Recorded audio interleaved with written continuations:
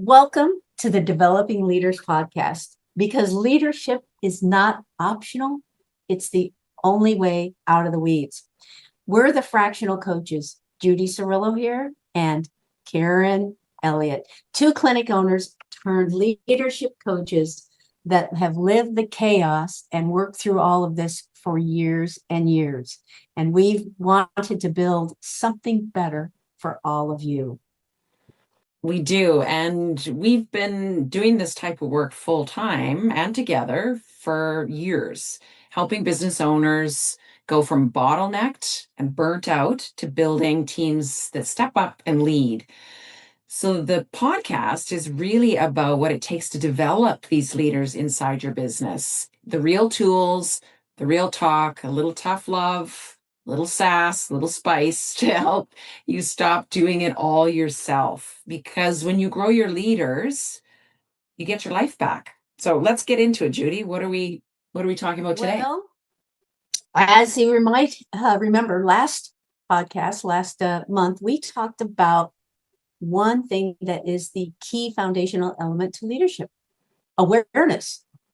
And what we share so many stories with each other and with other team members and leaders is about their dealing with micromanagement as a leader. So today we're going to get into that. And micromanagement is all encompassing and it evolves into something that can be very destructive for teams. So Yeah. are you ready to roll with micromanagement? Yes, it is an absolute hot topic that comes up pretty much every time I'm coaching.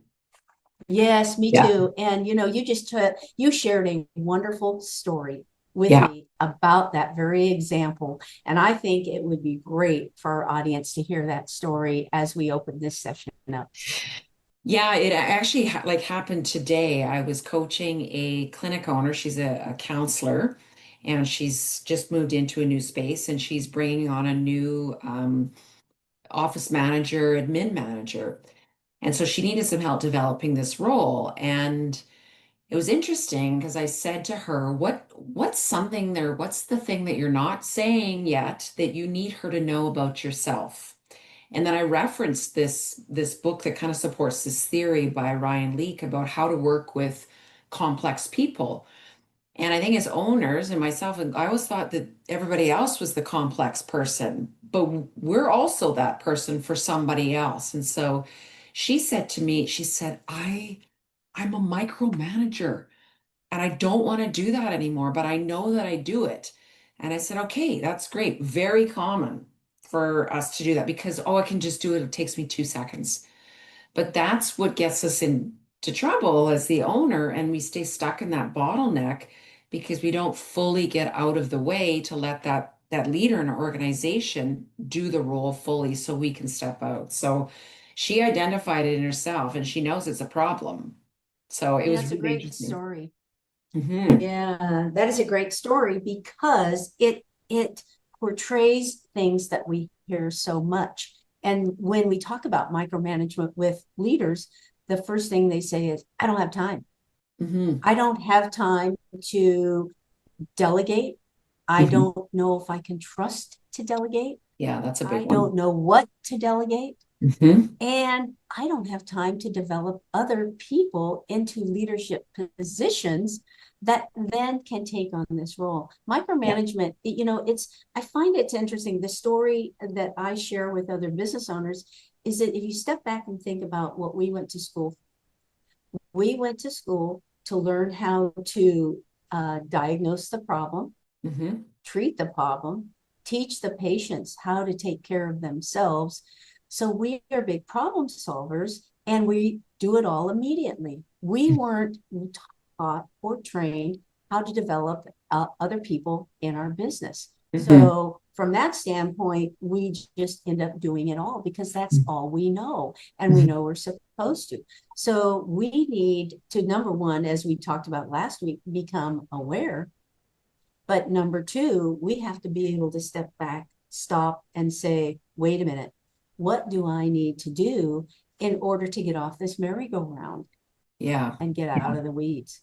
Yeah. Yeah. I think it's so true. Like, how do you see people show up in micromanaging, because I think sometimes they don't even realize that they're doing it, because a lot of us, we start our clinic as a clinician, like you said, and we wear all the hats, we do all the things, and we do it. And I don't think we even realize that then when we bring somebody on the team, we're still micromanaging those things that we're supposed to have delegated. So what are some of the signs, or rather the symptoms, if we're talking a relationship to clinically, that we see that look like micromanagement? What does it look like? And doing it all, number Hmm. one, controlling, Hmm. continually being looking over everyone's shoulder to make sure it's been done or Yeah. they're not done. Yeah. And the other thing is not having a system in place that supports the growth and development of the people. And I mean, if you think about business owners, we have systems in place for the operations, for the Yeah. regulations, for the compliance, all the things that help us be legal, if you will. But we don't typically have a system or an infrastructure in place to support the growth and development of our people. And Hmm. when we don't have that, we micromanage and Hmm. we think we have to do it all. Hmm. And then as we get overstressed, overwhelmed, and people talk about, the burnout piece, Yeah. they think it's because no one else is doing their job. Hmm. What do you see? Yeah. I see that same thing. And then, when you ask the owner the question, well, what part are you playing in this? Are you fully allowing that person to be in the role and setting them up for both success and failure, because that's where they're going to Yes. learn? Or are you just jumping in to fix it and do it yourself because you already know how and it'll take me no time at all?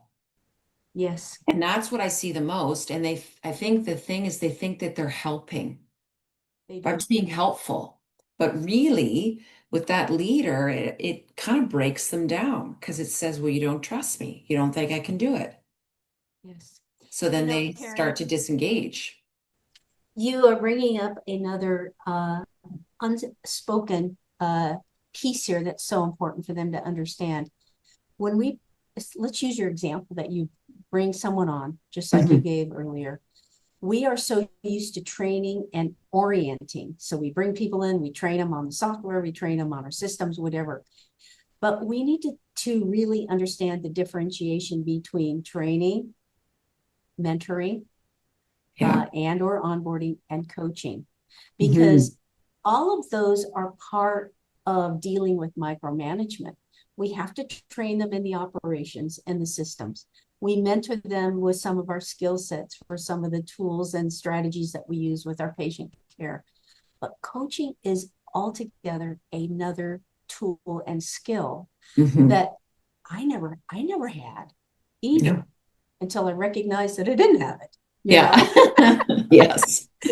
And it's a tool that creates sustainability, Yeah. trust, long lasting relationships, loyalty. And so that's really what this program, this podcast and program encompasses, Hmm. that particular part of coaching. How do we weave that in to micromanagement? Hmm. Yeah. And I think again, it goes back to the awareness, right? What Mm-hmm. does it look like? And I think if you take, I said to this business owner, well, what does it look like when you feel that you're micromanaging? She said, well, I just kind of, get in there and I just do it because I just want to make sure that it's done. And it doesn't take me that long anyway. I said, okay. So how important is it that you actually explain that to the new person that you're coming on? This is what my micromanagement looks like. Because if you truly believe what you're telling me, that you want to get out of the day to day and you really want to delegate all that off, then you have to be ready to let go of that habit, and also be willing to ask that person to call you out, or to say, stay in your lane. I feel like, or I see that your micromanaging is coming in here. And I want you to know that I've got it. Just let me do it. I know the outcome, I know the how, I will do it. You know what? You bring up a very important word there. It's called habit. Yes. And we are creatures of habit. Yeah. So when we are trying to help other business owners and leaders deal with the micromanagement, one of the things that's so important for them to understand is number one, really all the signs and symptoms of it, but Mhm. really that it takes time and effort with intentional strategies and steps to help the habit become a ritual Yeah. that they do automatically, and it Yeah. doesn't happen overnight. No. And I think we are in such a fast-paced society that we have to have it done yesterday. Hmm. We need, and so when we take these skills and steps that we help people with, we break them up into little steps so that when they're trying to rid themselves of some of the micromanagement, you can't rid it all at one time. We have to take little steps and help them be successful Hmm. at little steps at a time that lead to big steps and Yeah. big successes. My mom, who was also a leadership PhD in leadership, organizational leadership, said, I always help my clients take granny toe steps. It's true because it is uncomfortable. I mean, any habit that you're trying to change, Yes. it's uncomfortable. So you have to be comfortable with being uncomfortable to let it go Yes. and then know what it looks like and also be willing to ask for feedback. If you know that's something you're trying to break as a habit, then ask that person, give me feedback this week. How did I do with my micromanaging? Scale of 0 to Yes. 10, you know, 10 being you didn't do it at all, and 0 being you kind of did it all the time. Then you're going to get constant feedback about how you're doing. And I think that's the key. It Because is. And people that are expert micromanagers and it's such an ingrained habit, they don't even see that they're doing it because it's just so natural.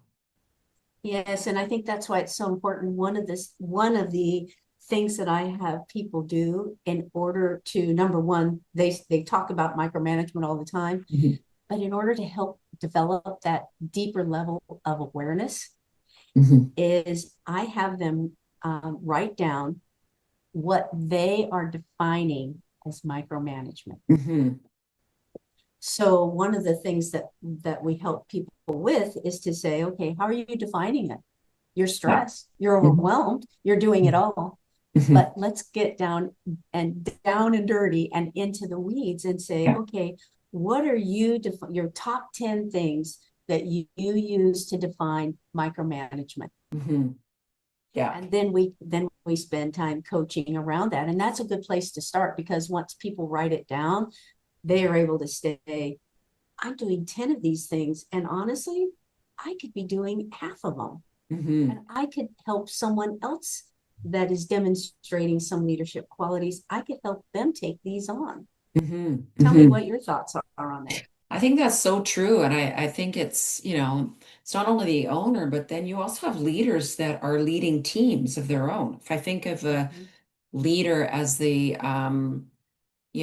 patient experience manager in a clinic, then they've got Mhm. people working, it goes for them too. So they need to learn are they also micromanaging their team? So Yes. I think it's a trickle down effect.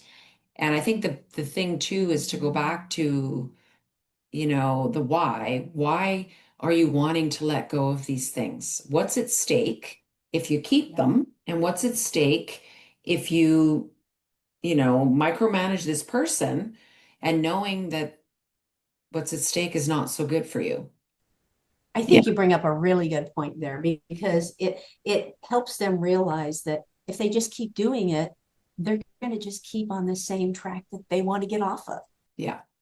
And then when you ask that question of, okay, what would happen if you let this go and you assigned it to somebody else? Hmm. They have to stop and define that. Yeah.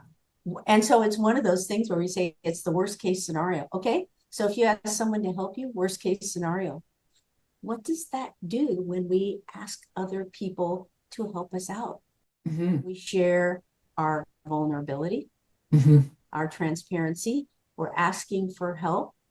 We're also entrusting that the other person will be able to finish that and complete that task, which builds their confidence and courage to take it on and supports the fact that you even asked them to do that. I'm curious, Judy, what you think about this too. If we look at the leaders in an organization and developing those leaders, because the owner knows they want to buy back their time and move up into areas where they can be the visionary.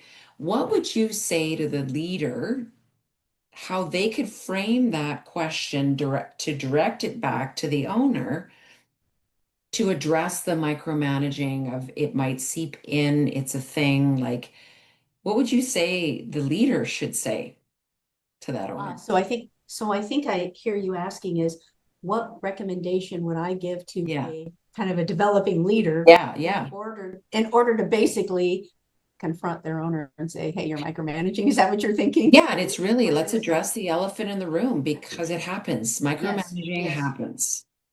Yeah, but I think one of the first things that I would say, especially as someone in the business, I might say to their boss or supervisor, would you mind it if I offered some feedback or thoughts about why you're expressing your frustration of overwhelm and or micromanagement?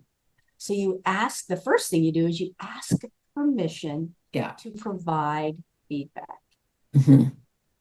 And then the next thing, and they may say yes, they may say get lost. Yeah. And they might say step back and say yes. The point of the conversation would really start with a question to them of, what would you like to do to address this stress and micromanagement? I'm here to help and support you. So it's a reverse statement. We normally see the leader saying, I'm here to support you. Yes. But the employee might say, I'm here to support and help you. How can I support you in this process? That then starts to open up that safe space.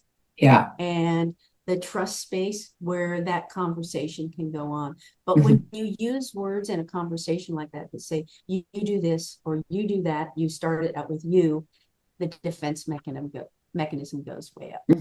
Yeah, I love that. I think that's such good advice. I also think too, why it's so important that role description is so clear and the owner is very crystal clear on what are the outcomes that they're looking for from this person. Because if that's clear, they have the right who in the seat to do that type of work, that person's got the how, then I think it gives them the ability to say, you as the leader, you've trusted me with this. This is the outcome that you're looking for, that you want me to achieve. I feel like you're trying to insert yourself into that outcome before I've completed it. And I want you to know I've got it. Just let me have the time and I will get you the outcome. It may not be the way that you would do it, which I think is another problem. Because sometimes it's not the way that owner did it. They're doing it a different way. But what if that way is better? What if it's more efficient? So in other words, give me the chance to show you I can get to the outcome in this method. You bring up a really good point about having a clearly defined expectation, which is the PSC, the position success tool, using it in a reverse manner. So a position success tool outlines all the expectations that you use for onboarding so that people have a clear idea of the expectations of their position. However, what you just outlined is another way to use it, which is cool because it's that document that gives you objective measures and something you hold on to say back to the owner, this is my position. You've asked me to complete this. This is what it says here. What am I not understanding about this? So you're using it as a tool in reverse, which is really a cool way to do it. Yeah. I just thought of that because I've been reviewing role descriptions, and they end up sometimes just being a list of things versus what is the outcome that we're needing. And if you're the right person, you can figure out the how to get the outcome. That the owner needs to be clear on the outcome. If they're not getting the outcome, then it requires a conversation and some coaching, not you going in and buying back the role and everything in it to take it over and micromanage the person. You know what you're also bringing up, so it would be a really good topic for us in an upcoming episode, is all the things that you're talking about are behavior related. Yes. And behaviors and attitudes are what craft and create the demand for people to make a shift and a change, but they're not aware that those things are what's really eating at them. Yeah. Yeah. And how do you set behaviors? How do you set attitudes that are part of the culture that you need in order to help give people clarity on what's expected? Yeah. Yeah. Another topic for us to really bring to light for this particular podcast, because it is a huge part and it's part of the micromanagement. If you think about It is. people are micromanaging, oh, they just aren't behaving the way they're supposed to, they're leaving early, they're not, etc., whatever it might be. That's then micromanagement falls in, because they do not have clearly defined expectations. Yes. Yeah. And I think it goes in reverse too. Like, if you, the owner, are really committed to not micromanaging, then how are you going to hold yourself accountable to not doing that? So you need to create your expectations for yourself as the owner, which then I think in turns, it just sets that other person up for success, the leader that you say you want in your business so that you're out of the weeds. I think it helps to set them up for further success. I think it does. And I think you bring up a topic that we might want to just touch on for a few seconds, is the actual peer-to-peer accountability concept, where, and you've brought it up a little bit in this conversation, but it's okay to give permission as a leader to say, if I'm not abiding or demonstrating what we set up as our behaviors, you need to call me out. Yeah. I'm trying to improve in this area as a leader. I'm trying to support your growth in this area. So in order for us to grow together, we need to be comfortable with holding each other accountable. That's perfectly said. I think that's what it's all about. It is. I mean, we could talk for a long time about this topic. Yeah. So anything else that you want to bring up as some tips and tools for the folks on this episode? I think it's, again, reflecting, doing a bit of work and reflecting on how do you show up as the owner when it comes to micromanaging? What are the things that you have a tendency to do? And then how do you want to say that to the leaders in your team to help you not do that? But also the big return on the investment is to better set their leaders up for success. Because I've seen this so many times where people have quit or resigned because they're sick and tired of being micromanaged. Yes. Right. And that's the thing that's at stake. And I think business owners have lost a lot of really, really good people because of that. I can attest to that myself. Yeah. Yeah. Are you a recovering micromanager? Yes. Okay. Takes one to know one, right, Karen? Yeah. Oh my gosh, it was a challenge, because I didn't have the skill set or the awareness at that time in order to make that shift. Yeah. And that's why we're doing what we're doing. In fact, that's why we built the Developing Leaders Coaching Program, for exactly this reason, to help build a team that actually leads so that owners can finally step back. Yeah. Yeah. So true. So what's the one thing that you want people to take away from today? Well, leadership starts with the leader. It does. They set the stage. And if you're stuck, overwhelmed, or burned out, then you really need to stop and ask, why am I staying here in this lane? Yes. So, yeah. Yeah. So what do we want people to do, Karen, if this really hits home with them, the episode? Well, I think the big thing, if this episode hit home and you're interested in the Developing Leaders Coaching Program, which is what you and I are stepping into as fractional coaches and co-facilitators, book a discovery call. The link will be in the show notes. And then let's talk about what's possible when you, as the owner, stop being the bottleneck and what can open for you, because it is magical when you can stop micromanaging and develop those leaders. It So next certainly month, is. Yes, more real talk, yes, practical tools, and leadership that actually works. that actually Thank, works. Is there any other yes. kind? I don't know. It's the only Thank you kind for that I want to watching. deliver. That is exactly right. Thank you for watching. We look forward to talking with you on a one-to-one and sharing more tips and tools in our next episode next month. Bye for now. Bye.